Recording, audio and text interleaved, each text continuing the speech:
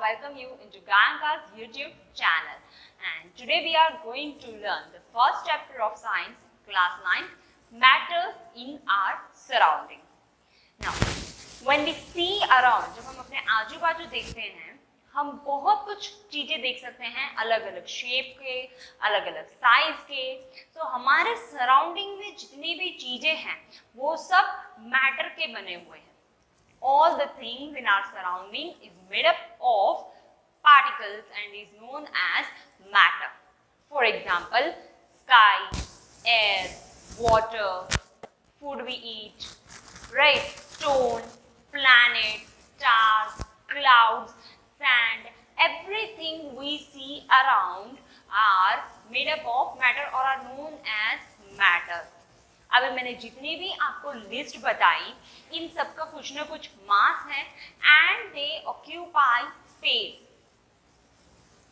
Ancient day में कुछ Indian philosophers ने कुछ ऐसा बताया था, कुछ 5 तत्व के नाम बताए थे, that is fire, sky, air, earth and water. इनका कहना था कि जितने भी लिविंग और नॉन लिविंग थिंग्स हैं, ये बेसिक एलिमेंट्स जो ये इन 5 बेसिक एलिमेंट्स के बने हुए हैं. ऐसा हमारे इंडियन फिलोसोफर्स का कहना था. And nowadays scientist has classified matters in 2 types.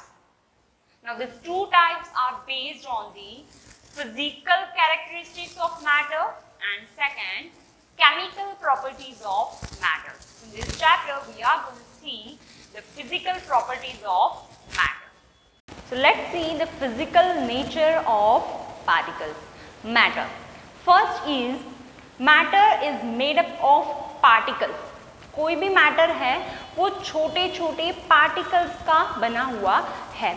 और इसके लिए हम एक छोटी सी एक्टिविटी देखेंगे एंड इस एक्टिविटी में हमें करना क्या है, we have to take a beaker half filled with water. एक बीकर है उसमें हमें हाफ वाटर फिल कर देना है एंड उसका जो वॉल्यूम है या उसकी जो हाइट है वो हमें मार्क कर लेना है. Now we need to add 1 spoon of salt और 1 spoon of sugar in this water. Add कर दिया. अब थोड़े टाइम के बाद आप उसको ऑब्जर्व करो, सी कि उसका जो हाइट था या जो वाटर का वॉल्यूम है उसमें कुछ चेंज आया है क्या. डू यू थिंक उसमें कुछ चेंज आएगा? No, there will be no change. Why there will be no change? Because हमने जो उसमें सॉल्ट या शुगर ऐड किया है वो पार्टिकल वाटर में पूरी तरह से डिसॉल्व हो चुके हैं, विच मीन्स वाटर के बीच में स्पेस प्रेजेंट है और इस स्पेस के वजह से जो हमारा शुगर या सॉल्ट के क्रिस्टल्स हैं उन स्पेस में वो डिसॉल्व हो जाता है एंड मिक्स हो जाता है. So there is no change of volume, right? And this shows that matter is made up of small particles. Next question is how small are this particles. ये जो पार्टिकल्स हैं ये कितने स्मॉल हैं. ठीक है, हमें पता चल गया कि मैटर जो है पार्टिकल से फॉर्म हुआ है, लेकिन ये पार्टिकल्स हैं कितने स्मॉल. तो इसके लिए अगेन हम एक छोटा सा एक्टिविटी करेंगे और आपको ये एक्टिविटी देखना हो तो आई बटन पे मैंने वीडियो लगा दिया है, आप इसका प्रैक्टिकल भी देख सकते हैं. तो इसमें करना क्या है, हमें एक बीकर लेना है, उसमें हाफ वाटर फिल कर देना है, हाफ और थोड़ा ज़्यादा पानी फिल कर दीजिए एंड इसमें हमें ऐड करना है 2-3 crystals of potassium permanganate. Got that? 2-3 crystals of potassium permanganate. Other than this, हमें और 3-4 बीकर लेने हैं जिसमें हमें पानी भर के रखना है.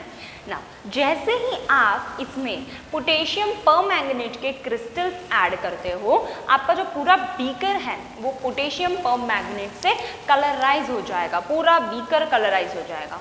Now what you need to do is इसमें से आपको वापस से 10 ml सोल्यूशन ले लेना है एंड उसको आप ऐड करोगे दूसरे प्योर वाटर के बीकर में एंड देन उसका कलर, वो बीकर जब कलराइज हो जाएगा उसमें से आपको अगेन 10 ml लेना है, उसको you have to add in the third beaker. फिर थर्ड बीकर कलराइज हो जाएगा तो उसमें से 10 ml लेके फोर्थ बीकर में ऐड करना है, फोर्थ बीकर में से लेके फिफ्थ बीकर में ऐड करना है. And what you observe is 5th beaker तक, फर्स्ट बीकर जो है उसमें हमने पोटेशियम परमैंगनेट ऐड किया था, वो पूरा डार्क कलर का होगा। एंड द लास्ट बीकर जिसमें हमने सब में से थोड़ा थोड़ा लेकर डाला है वो भी कलराइज होगा, लेकिन कंपैरेटिवली लाइट होगा, लेकिन फिर भी कलराइज होगा। सो ये जो 2-3 क्रिस्टल है that is sufficient to colourise the whole beaker. ये 2-3 ड्रॉप भी जो है पूरे बीकर को कलराइज कर सकता है, विच मीन्स ये जो पार्टिकल्स हैं वो मिलियंस ऑफ स्मॉल पार्टिकल्स से बना हुआ है। True, and it keeps on dividing itself. जब हम उसको वाटर में डालते हैं वो अपने आप को डिवाइड करते रहता है एंड डिवाइड करते करते पूरे बीकर को कलराइज कर देता है। हमने किया है डाइल्यूशन, लेकिन फिर भी लास्ट बीकर तक we can see its colour. Now let's see some characteristics of particles of matter. First characteristics है that particles of matter have space between them. Particles of matter जो हैं उनके बीच में space होता है। Of course अभी हमने जो एक्टिविटी किया उसमें भी ये चीज़ पूरी तरह से इलस्ट्रेट हो रहा है। जैसे हमने एक एक्सपेरिमेंट किया, हमने बीकर लिया, उसमें पानी डाला और उसमें हमने सॉल्ट ऐड किया। सॉल्ट ऐड करने के थोड़ी देर के बाद जब हम उसे ऑब्जर्व कर रहे हैं तो उसमें सॉल्ट नहीं दिख रहा है, and this is because salt जो है वो वाटर में पूरी तरह से डिजॉल्व हो चुका है। एंड डिजॉल्व इसीलिए हुआ है बिकॉज वाटर पार्टिकल्स जो हैं उनके बीच में एम्प्टी स्पेस है, उन एम्प्टी स्पेस के बीच में हमारा सॉल्ट पूरी तरह डिजॉल्व हो गया है। So this shows that particles of matter have space between them. Another activity we have seen, we have added potassium permanganate in water, and this potassium permanganate is able to colorize the whole beaker. यही activity आप potassium permanganate की जगह Dettol का use करके भी कर सकते हैं। उसमें ऐसा होगा कि आपने फर्स्ट बीकर में जो डेटॉल ऐड किया है और लास्ट बीकर में जो ऐड किया, दोनों में you can detect the smell of Dettol. Second characteristics, particles of matter are continuously moving. This is the second characteristic. Now, how these particles of matter are continuously moving? इसकी एक और activity है। इसमें क्या करना है आपको लेना है एक इंसेंस स्टिक। एक्चुअली आप लीजिए 2 इंसेंस स्टिक, एक आप ऐसे ही रहने दीजिए और एक इंसेंस स्टिक को आप बर्न कीजिए। नाउ जो सिंपल इंसेंस स्टिक है जिनको हमने जलाया नहीं है उसको अगर आपको स्मेल करना होगा तो आप रूम के कोई भी कॉर्नर से स्मेल कर सकते हैं। नो, आप रूम के कोई भी कॉर्नर से उसे स्मेल नहीं कर सकते हैं। आपको उस अगरबत्ती को पास लाना होगा, फिर स्मेल करना होगा, तो आपको उसकी स्मेल पता चलेगी। Whereas अगर आपने इंसेंस स्टिक को बर्न किया है, जलाया है, तो क्या होगा? तो आप रूम के किसी भी कॉर्नर में बैठ के उस इंसेंस स्टिक की स्मेल को डिटेक्ट कर सकते हैं। Now this is because this is due to the difference of kinetic energy. इधर हम एक न्यू टर्म पढ़ेंगे, diffusion. What is diffusion? Diffusion means movement of particles. Spontaneous movement of particles from the region of higher concentration to the region of lower concentration. या spontaneous intermixing of particles. Particles अपने आप से mix होने लगते हैं, इसको बोलते हैं डिफ्यूजन। तो हमने जो ये इंसेंस स्टिक को बर्न किया है, ये इंसेंस स्टिक अब इसकी काइनेटिक एनर्जी जो है वो हाई हो जाएगी। हाई होने के वजह से ये एयर में मिक्स होगा, मिक्स होकर के पूरे रूम में इजीली स्प्रेड हो जाएगा and we can detect its smell. So this shows that particles of matter are continuously moving. इसका एक और एक्टिविटी है जिसमें आपको एक बीकर लेना है और पानी भर के उसमें आपको 2-3 ड्रॉप्स जो है इंक का ऐड करना है। आप देखोगे थोड़े ही टाइम में ये जो इंक है वो वाटर के साथ अपने आप मिक्स हो जाएगा। Again this is due to diffusion, right. And इसी में आपको और थोड़ा सा मॉडिफिकेशन करना है। Modification in the sense you have to take hot water.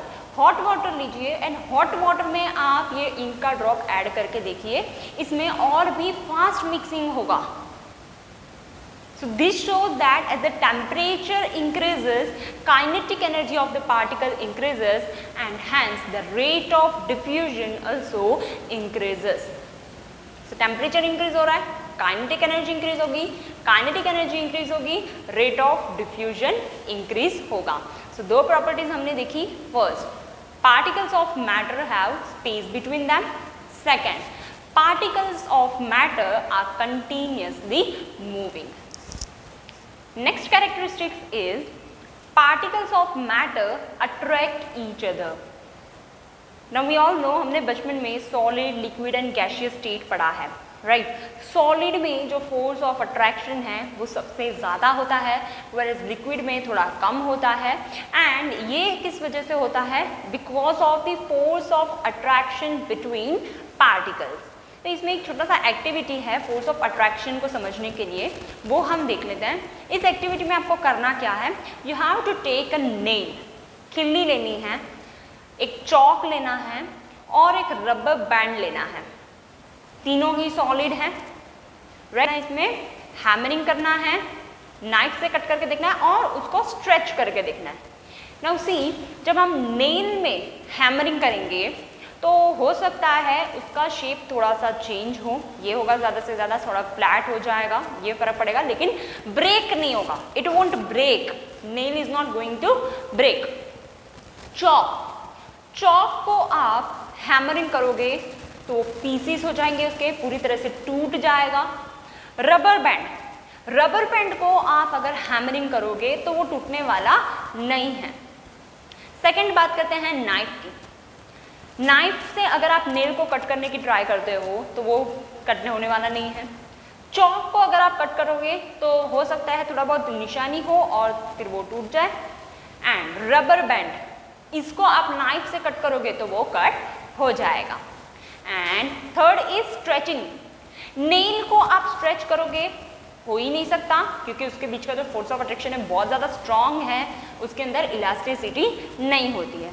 Chalk को भी आप स्ट्रेच नहीं कर सकते हो. रबर बैंड को आप स्ट्रेच करोगे तो थोड़ी देर उसका शेप चेंज होगा और जैसे ही आप उसको रिलीज करोगे it will come to its original shape. Got my point? So nail से हैमर से नेल को कुछ फर्क नहीं पड़ा, थोड़ा सा शेप चेंज हुआ बट टूटेगा नहीं. पर चॉक टूट गया. तो इसका मतलब क्या है? तीनों ही सॉलिड हैं, तीनों में फोर्स ऑफ अट्रैक्शन है, बट नेल में जो फोर्स ऑफ अट्रैक्शन है वो सबसे ज़्यादा स्ट्रॉन्ग है. वो किसी भी हालत में टूट नहीं रहा है, ना वो हैमरिंग से टूट रहा है और ना ही वो नाइफ से टूट रहा है. चॉक जो है वो हैमरिंग से टूट जा रहा है, तो उसमें जो फोर्स ऑफ अट्रैक्शन है पार्टिकल्स के बीच में वो थोड़ा सा वीक है. वेयर एज रबर बैंड जो है उसके अंदर इलास्टिसिटी अच्छी है, वो सिर्फ कटिंग से टूटने वाला है, right? So this is the force of attraction. और कैरेक्टरिस्टिक हमारा ये है that particles of matter attract each other. थोड़ा फोर्स ऑफ अट्रैक्शन सब में होता है.